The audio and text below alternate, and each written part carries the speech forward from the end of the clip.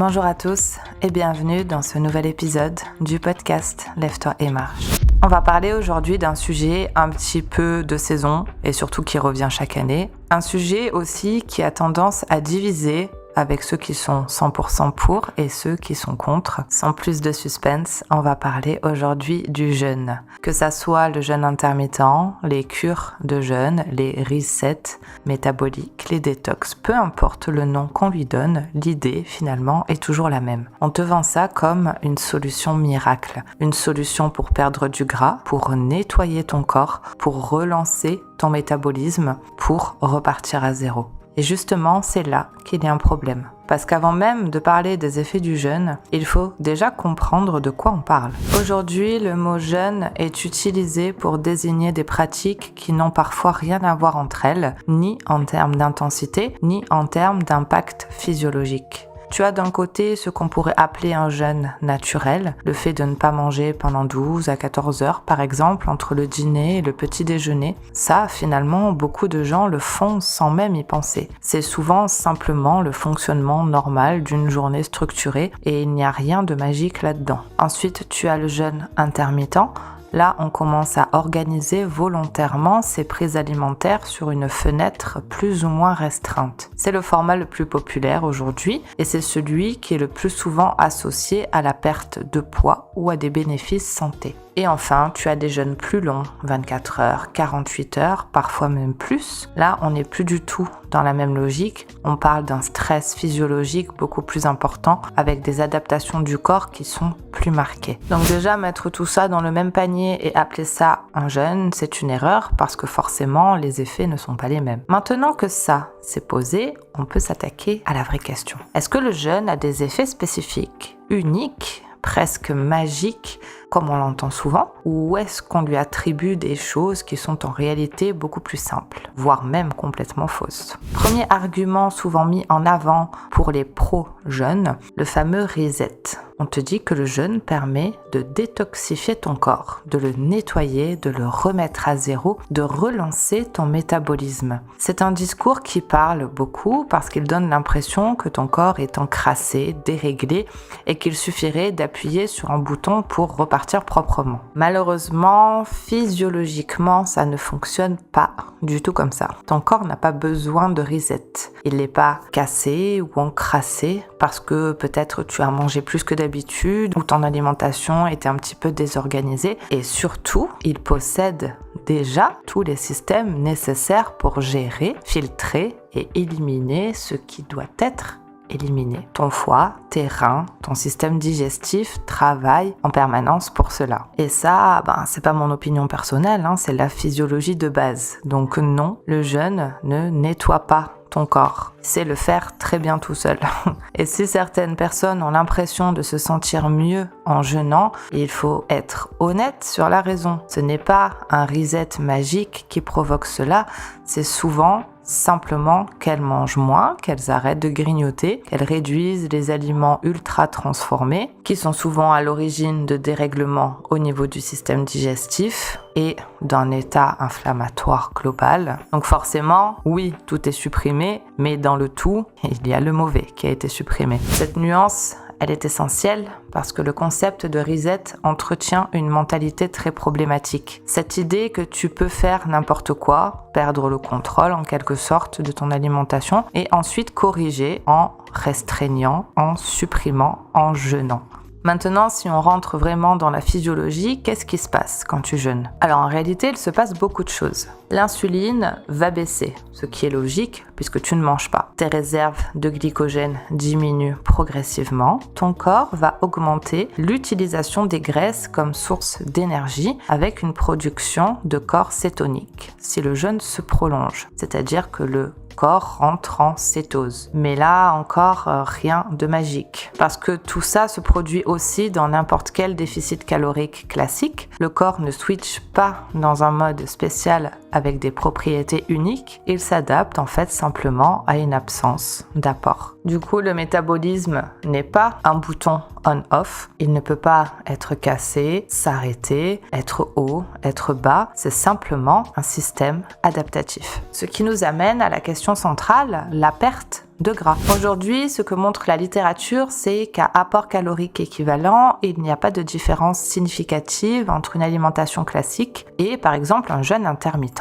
sur la perte de poids. On a une étude de 2017 qui montre que le jeûne intermittent n'est pas supérieur à une restriction calorique classique sur la perte de poids ou la composition corporelle, ce qui est en réalité parfaitement logique. Comme je l'explique souvent à mes coachés, il faut voir l'alimentation un petit peu comme un budget. On peut choisir de le découper de façon journalière ou hebdomadaire et finalement ce budget, qu'on le répartisse sur 2, 3, 4, 5 repas, tant que les comptes à la fin sont les mêmes, ça revient au même. Donc si tu perds du poids avec le jeûne, ce n'est pas grâce au jeûne en lui-même, c'est parce que tu manges moins, c'est parce que tu t'es mis en déficit calorique. Ensuite, il y a un autre argument très utilisé pour défendre le jeûne, c'est l'autophagie. L'autophagie, c'est un processus de recyclage cellulaire. Et oui, ce processus existe. Et oui, il est stimulé dans des situations de stress énergétique. Mais, encore une fois, il faut remettre les choses à leur place. Le seul argument en cette faveur, c'est une étude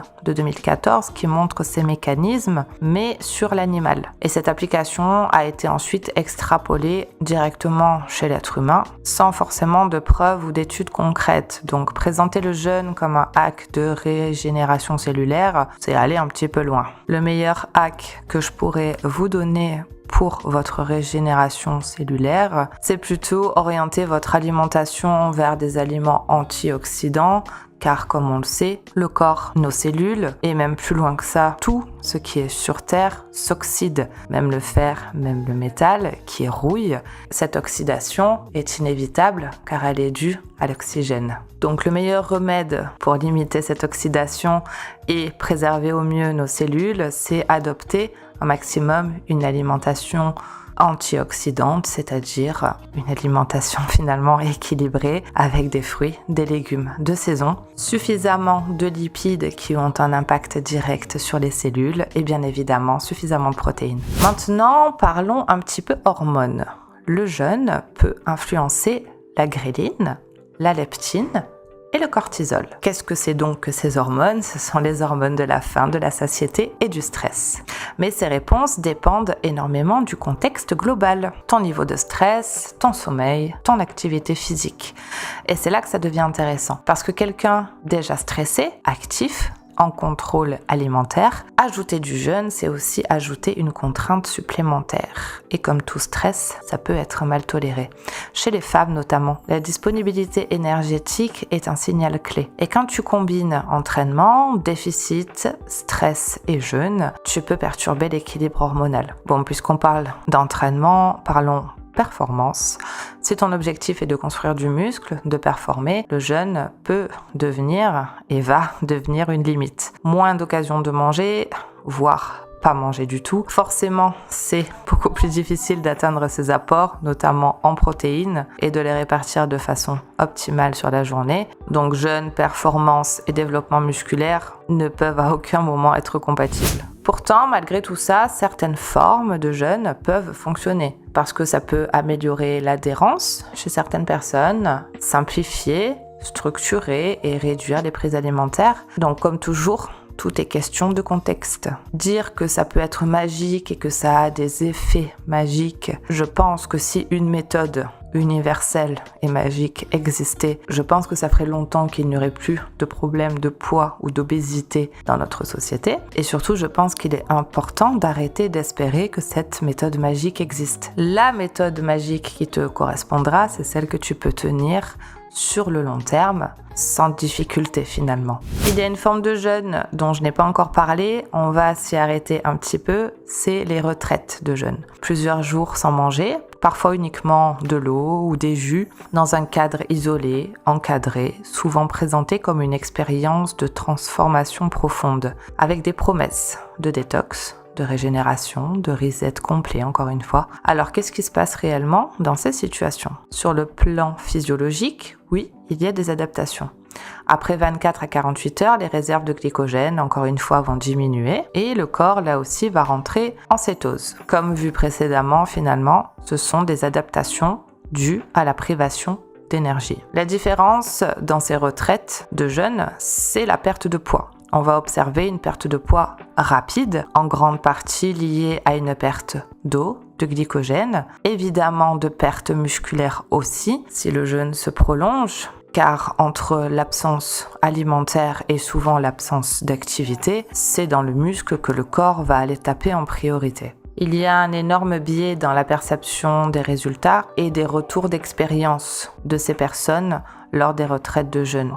Les gens disent souvent qu'ils se sentent mieux après ces retraites, plus légers, plus clairs, et que finalement ils ressentent ce reset, cette remise à zéro. En fait, ce n'est pas le jeûne qui procure ça. Finalement, si on regarde bien, le fait d'être isolé du quotidien, de réduire son stress, de mieux dormir, de couper avec une alimentation ultra transformée, avec un environnement ultra connecté, c'est plutôt le cadre et le mode de vie qui fait qu'on se sent apaisé finalement.